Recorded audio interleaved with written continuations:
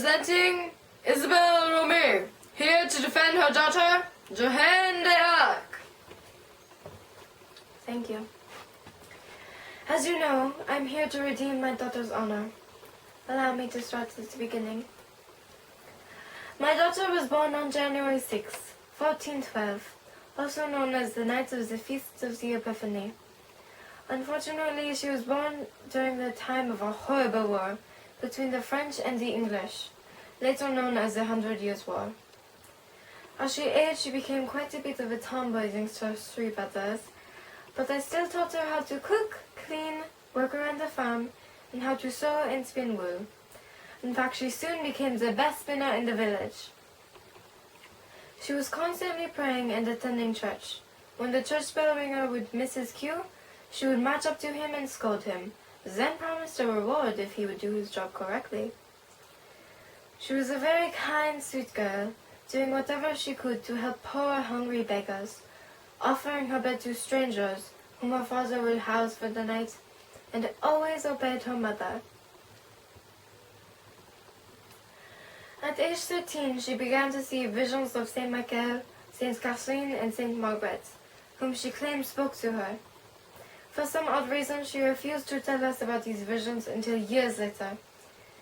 These voices were most likely the reason she turned down the husband we presented her and declared herself a virgin for life. Apparently, these voices commanded her to crown the Dauphin, so at age 16, although her father Jacques d'Arc refused to let her go, she set off on her adventure. She was not allowed to see the Dauphin at first, but finally, after much persistence, determination, and stubbornness, she was allowed to go. Later, after introducing herself, she convinced the Dauphin to allow her to join his army, though he doubted her, slightly expecting her to get killed during her first battle. But he was curious about the vision she spoke of, as well as slightly desperate, considering the French were losing severely at the time. She cut her hair short to resemble a man's and dressed in male attire.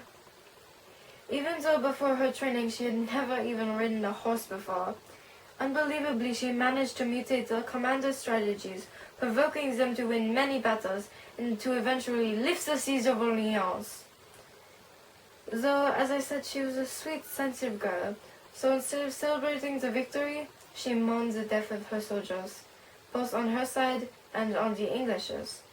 In fact, her men remember her on her knees crying as she held the head of a dying enemy soldier, urging him to confess his sins so that he won't be banished to the underworld by God.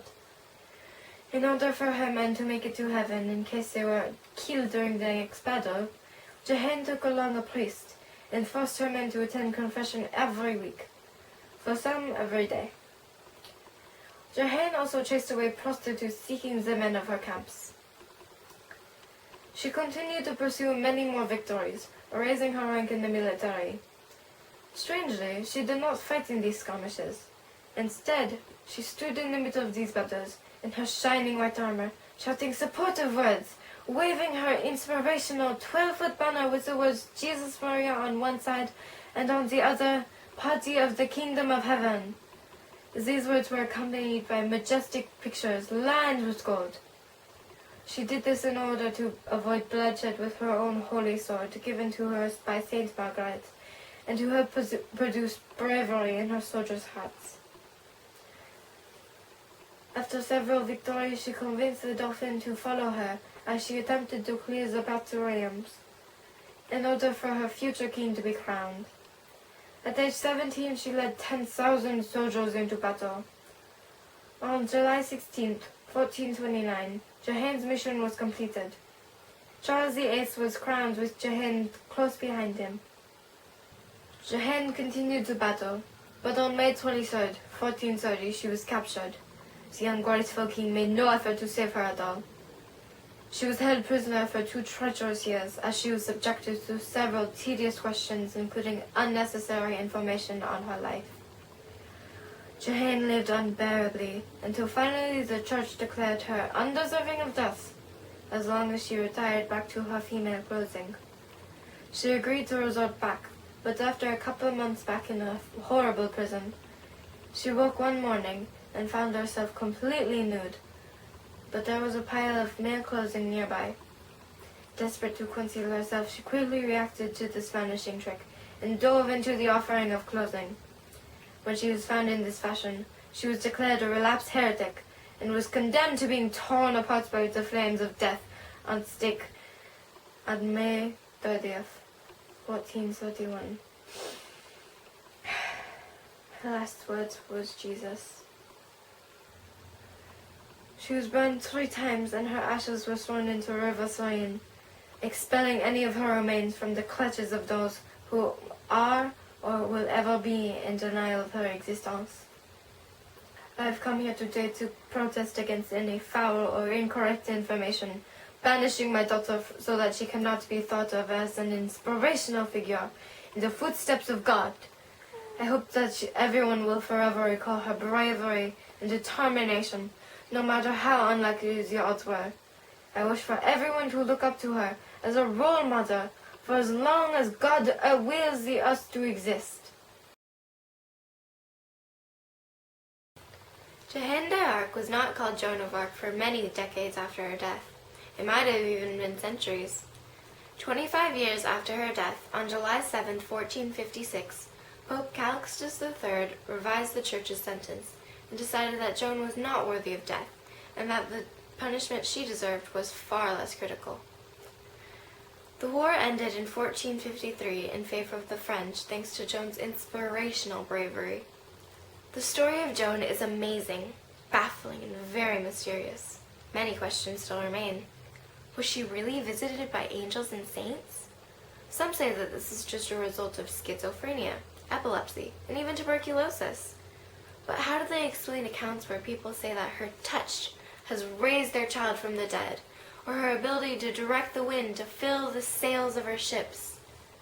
Unexplainable and impossible. But isn't that what makes this all so fascinating? Joan of Arc, a simple peasant girl from a small village called Domremy, was able to reverse a war that consisted of 100 years in just 2 short years while she was still only a teenager. Joan of Arc did the impossible. Centuries after her death, Joan has inspired millions. She's inspired Christians, feminists, French nationalists, Mexican revolutionaries, rebellions, and even hairstylists and songwriters. After Joan, France became more confident and pushed England out of their country, reclaiming their independence. Before Joan, they were clumsy.